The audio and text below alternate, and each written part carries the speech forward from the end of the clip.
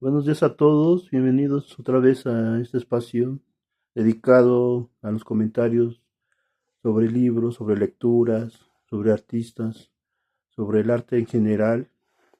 En esta ocasión tenemos un invitado, un amigo, este Ramón Ayala Martínez, que también nos va a comentar algunas cosas de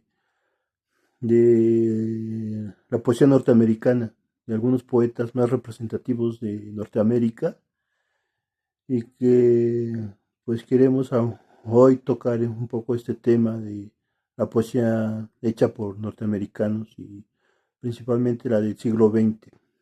Entonces, hoy vamos a comentar esto y pues le doy la bienvenida a Ramón y la palabra para que inicie un poco la charla.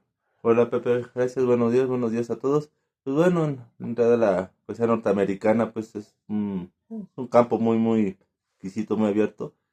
Relativamente es poesía nueva comparada con la de nosotros, con la poesía hispanoamericana. Sin embargo, fíjate que lejos de eso, ya que he abierto tantas vicisitudes, he abierto tantos campos, que hay autores muy representativos que han figurado, ¿no? Y desde pues se habla mucho, ¿no? De Emily Dickinson, ¿no? Que es una gran poeta. Me encantaban sus poemas tan cortos, pero que tan llenos de energía, de pureza. Y también está, desde ahí empiezan los poemas también de largo aliento, ¿no? Esa tradición que tienen mucho los estadounidenses. El cuerpo de John Brown es un poema que hace una reconstrucción poética sobre la guerra civil, imagínate. Entonces el autor en esos momentos lo que hace es reconstruir sobre el cuerpo de John Brown. John Brown fue un soldado. Entonces él se agarra desde esa figura y empieza a hacer empieza a trazar un poema muy largo, que es prácticamente es exquisito. Y el primer libro que se publicó, fíjate, en Estados Unidos fue más bien la traducción de algunos versos bíblicos, o sea, esa fue, digamos, la antesala, ¿no? De la poesía ahí en Norteamérica, lo que era Nueva Inglaterra. Es Anne Bradstreet, que es una gran poeta también se le considera como de las pioneras, ¿no? De las poetisas bueno, ya no le gusta que digan poetisas, de las poetas de Estados Unidos. Y ese mismo nombre lo agarra John Berryman por uno de sus libros que se llama Homenaje a la señorita Bradstreet. Bueno, ya me estoy brincando, pero John Berryman también fue pues, un poeta muy representativo de la genealogía estadounidense, de la poesía norteamericana. No, considerado como uno de los poetas más emblemáticos, junto a Robert Lowell, Lance Sexton y Sylvia Plath figura entre los poetas confesionales, ¿no? Pero digamos que ellos son despuesito. Antes de esto también está Edgar Lee Masters con la antología de Spoon River, en donde le da nombre, él hace ese poemario, en donde agarra los epitafios de cada, como si fuera un cementerio, como de cada tumba, cada muerto, por así decirlo, va dando testimonio. Entonces, para esos momentos en Estados Unidos, como que rompe con los cánones, ¿no? Tan tradicionales que tenían los estadounidenses, ¿no? Para su poesía. Sí, pues un poco se cree que también los norteamericanos, bueno, en general, están como estigmatizados, porque se dice que muchos estadounidenses son personas frías o insensibles o personas sin sentimientos, pero en el caso de los poetas norteamericanos sí tienen una gran carga pasional o fuerte, ¿no? Que se proyecta en su poesía. Entonces, también los poetas, los verdaderos poetas, pues han tenido esas cualidades, ¿no? De una pasión a veces también desmesurada y que también puede romper el mito de que los norteamericanos son personas insensibles o calculadoras o demasiado frías, ¿no? Entonces, ahí hay un apartado, ¿no? En el caso de los poetas, ¿no? Exactamente, otra que estamos hablando de eso, ¿no?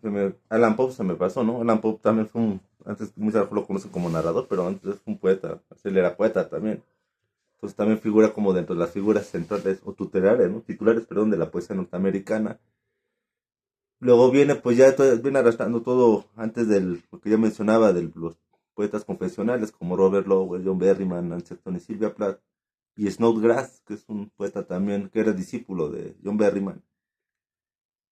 cuando le preguntaban a Robert Lowell, pues viene ya bien, él viene de una familia ya poética, ¿no? O sea, Amy Lowell es pariente suya, una gran poeta también, pero fíjate que ella no, de faltar, no se lo, mucha gente decía que les encantaba ese estilo que tenía muy delicado, pues muchos decían que le faltaba la potencia o la vitalidad que tenía Robert Lowell, ¿no?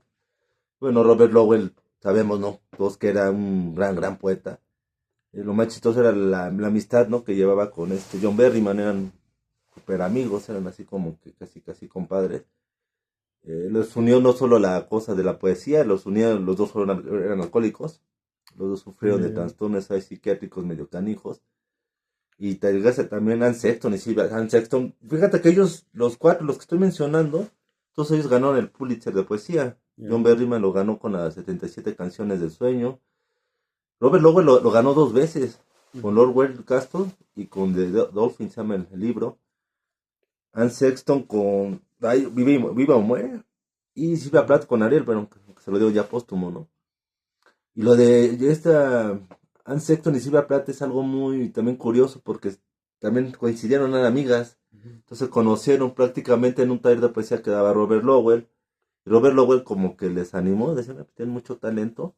Bueno, ujú, todos sabemos la vida tormentosa que llevó Anne Sexton, pues sabemos que se suicidó ella, después sufrió como depresión postparto. ujú, Y lejos de todo eso, esa poesía, ella sí tiene ese tipo, esa revelación, cuando ya empieza a dar esa revelación del mundo femenino, ¿no? Habla de temas como sobre el aborto, la menstruación. En esas épocas, pues hablar sobre eso, pues como que era muy eh, estigmatizado. Y ella fue la de las primeras que dio esa pauta, ¿no? De hablar sobre eso. Y bueno, Silvia Plath sabemos que era una gran poeta. El problema es que estaba casada con este otro, con un poeta muy famoso, que se fue el nombre, tan recuerdo. Pero el problema es que ella se deprimió mucho cuando Ted Hughes se llamaba el poeta. Ted Hughes engaña a Silvia Plath con otra ujú, poeta. Silvia Plath se entra en una depresión, entre paréntesis, porque Silvia Plath ya ujú, venía también con un trastorno bipolar ujú. bien canijo. Y Ariel es uno de sus poemas, un poemario magnífico, o sea, Ya es ves. una cosa que es excelente, ¿no? Ya pues ya sabemos la historia, que se suicida, decide, ahora sí que tapa todo abre la cocina, bueno, la llave de la cocina y tapa todo y se ahoga, ¿no? Ujú, Y bueno, ya en Sexton pues fue todavía peor, ¿no? Ya así de plano encendió su coche y se metió para inhalar el monóxido de carbono, ujú, ¿no?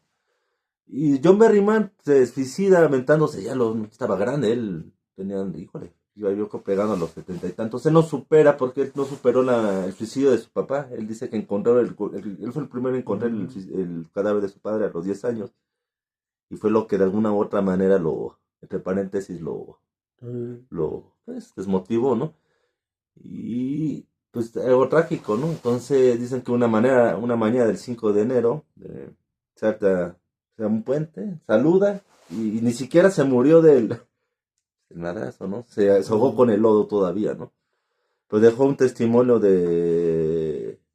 pues de lo que es vivir en condiciones. Te decían que tenía esta doble personalidad. Él fue maestro muchos años de universidad. Ujú. Dicen los maestros que no sabemos quién es usted, o usted es el que está en buena onda, o es el cuando se alcoholiza le sale la otra personalidad. Sí. Además que todos estos norteamericanos nacidos a principios del siglo XX, y sabemos cuál es su ascendencia. Eso es su ascendencia alemana o de países europeos, de Francia, que tienen esa ascendencia y que algunos llegaron a América, a Norteamérica, y algunos también yo creo nacieron en Norteamérica. Y como también nos faltó mencionar a los poetas Beat, la generación Beat, Vamos para allá ahorita. Allen Ginsberg, Jack Kerouac y a Gregory Corso y todos ellos. Entonces todo eso envuelve a todos estos poetas norteamericanos, también lo pasional y la forma de vivir, una forma de vivir extrema que hace que su poesía tenga una intensidad muy fuerte. En el caso de varios, desde Walt Whitman, que fue de los primeros Exactamente. norteamericanos, pero también su forma de vivir se ve reflejada en su poesía, ¿verdad? Edward Whitman, ¿no? El que empezó que como le decían el poema de aguardiente. Ahorita que mencionaste de los Beats, sí, pues sabemos que ya que era William ese burro, Allen Ginsberg, pues fueron como que dieron también pauta a una parte histórica muy importante en Estados Unidos. Acá lo chistoso es que, por ejemplo, Jack Kerouac, que estuvo mucho tiempo acá en la Ciudad de México, él se venía mucho a la Ciudad de México porque decía que le gustaba decía que sí era por el romanticismo, ¿no? Es que decía que era bien barato, ¿no? O sea, para ellos comprar acá morfina o el alcohol les sale súper barato, ¿no? Ya que era que estuvo mucho tiempo en México. De hecho, México City Blues y Orizaba City Blues o otros dos, tres poemarios, él los escribió acá. Pues estando ahí él rentó un cuarto de azotea, o sea, Ah, con Bill Garber. Bill Garber era un amigo en común de todos ellos, el tipo también super adictote. Y de hecho también hay una novela muy bonita de padre de Jack Kerouac que se llama Tristeza, que está dedicada a una prostituta que se llama Esperanza Villanueva, mm, de la cual se enamoró. sí, Y pues muchos de los Beatles venían para acá, para México, o sea, no solo al centro, ¿no? Sino también hay hasta Luis Potosí. Es decir, es una generación, Aullido, por ejemplo, el poema de Allen Ginsberg, que rompe con los cánones, ¿no? De la poesía también en esos momentos, y nuevamente se genera toda esta controversia, ¿no? Gregory Corso, otro gran poeta, y alguna recopilación muy padre, ¿no? Que hace el maestro José Vicente Anaya, que se llama Los poetas que cayeron del cielo, donde ah, recompila todo ese tipo de generación, ¿no? Que rompe con los cánones establecidos. William S. Burroughs, sabemos, él también estuvo aquí en México, que viene la historia dice hace rápido. Él nunca vino, pero nunca vinieron acá por ahí o sea, no porque México no les gustara una extranjera. William S. Burroughs salió huyendo de Estados Unidos porque lo iban a meter a la cárcel por posesión de heroína. Pero ya estuvo acá 3 años, hizo un montón. Él escribió acá Yonki, también acá cayó. en Yonki, escribió acá en México él. Pero, ¿qué es lo que pasa? Ya ves que mata a su esposa, ¿no? En una borrachera, sin querer, dice él que fue sin querer, no se sabe, ¿no? Bien, no creo que lo haya hecho a propósito. Mata a su esposa, pero pues familia de muchísimo dinero, de muchísimos recursos, no, nada más estuvo como 14 15 días en Lecumberri en esas épocas, y lo sacan. O sea, no pasa un proceso que tenía que haber pasado por años, ¿no? Tenía un abogado muy hábil, Bernabé Jurado se llamaba su abogado, y lo saca de la cárcel, y pues tiene que estar solo un tiempo acá en México, pero como se desespera de que no le arregla nada, se decide, se regresa a Estados Unidos, se escapa, ¿no? Prácticamente, y de ahí ya no. Pero México a todos ellos los marcó mucho, más no, allá que era que le encantaba, ¿no? Hay una foto mítica donde está Allen Ginsberg y ellos están en una fuente, ¿no? Entonces es algo también bonito, ¿no? Todos los poetas, la mayoría de los poetas norteamericanos han sido traducidos al español, La mayoría, ¿no? sí, Ajá.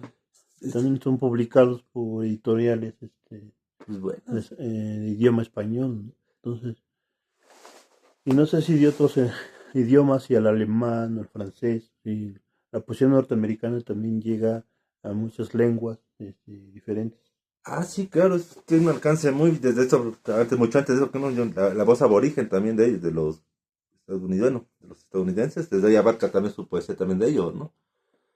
Y fíjate, algo bien curioso también es este encuentro que se da entre John Berryman y Dylan Thomas, ¿no? Bueno, aunque Dylan Thomas estamos hablando de que es de Gales, ¿no? Entonces ellos se conocen en Inglaterra y me da mucha risa porque pues, John Berryman era alcohólico y decía que le asustaba cómo tomaba Dylan Thomas. Dice, no, es que en esos momentos dice, no, es que Dylan Thomas se aventaba, pues era más macizo, ¿no? Mm, Y hizo una amistad muy padre porque de ahí desde que se conocieron, de hecho John Berryman llega a estudiar una maestría allá a Inglaterra y Dylan Thomas ya en esos momentos ya era una figura titular también mm, en Inglaterra. Y luego cuando le invitan a Dylan Thomas pues, a dar una serie bueno, de lecturas, de recitales poéticos de Estados Unidos, pues se encuentra con John Berryman, ¿no? Y entonces, ¿qué onda, no? ¿Cómo está? Entonces, mm, hay fotos muy padres, creo que se pueden encontrar en internet, donde están tomando los dos en un bar. O sea, lo que ve cómo se une la creatividad de dos personas que nada, ¿no? Que tengan que ver, ¿no? sí. Y la propiedad intelectual, por ejemplo, los derechos de autor de todos esos poetas, algunos que a lo mejor como que por su forma de vivir, un poco no cuidaron un poco la propiedad intelectual de sus libros. O sea, hay que pasar las editoriales, por ejemplo, se aprovechan de la propiedad intelectual de los libros algunos, ¿o cómo ves eso? Esto, yo hasta donde sé, por ejemplo, otro que estábamos hablando de, por ejemplo, de los beats, donde se está, acá en México es, bueno, en especie anagrama, ¿no? Creo que la que tiene la concesión de todos los derechos de los beats. Acá, después creo que no sé si hubo ya un entrelace entre otras editoriales en donde llegaron a un acuerdo. Es que el problema cuando los autores no dejan como firman algo, pues cualquier editorial, ¿no? Por ejemplo, John Berryman, la editorial de donde era de Estados Unidos, su editorial. Pero ahorita, por ejemplo, acá en Hispanoamérica son chilenos los que tienen los vasos rotos, ¿cómo se llama la editorial esta? No puedes hacer ni una traducción de ellos si ellos no te autorizan. Entonces una vez también me metí en problemas, ¿no? Porque unas traducciones y me amenazaron, pero pues yo antes de eso yo no sabía y sé que tener mucho cuidado, ¿no? Ajá. Porque pues son propiedades intelectuales, bueno, que ya se las apañan, ¿no? Se las apropian, porque al fin y al cabo dudo que el autor se los haya firmado, que en algunos casos claro que sí puede ser, ¿no?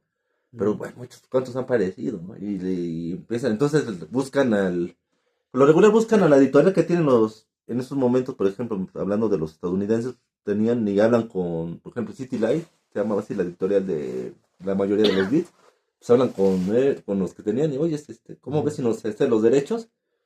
Bueno, pues dan un buen porcentaje de dinero. Y viene también un problema, es que ahí vamos hablando ya de un problema económico, ¿no? Donde pues, sí abunda el dinero, porque hay que ser sinceros en que ya nos está viendo la cosa intelectual o lo que puedes llegar pues, a proveer, si no estás viendo la capacidad de dinero. Sí, pues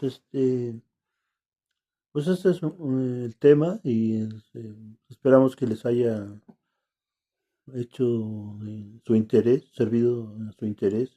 Este, y pues nos despedimos. Y gracias por su atención. Gracias. Nos vemos en la próxima. Gracias. Bye.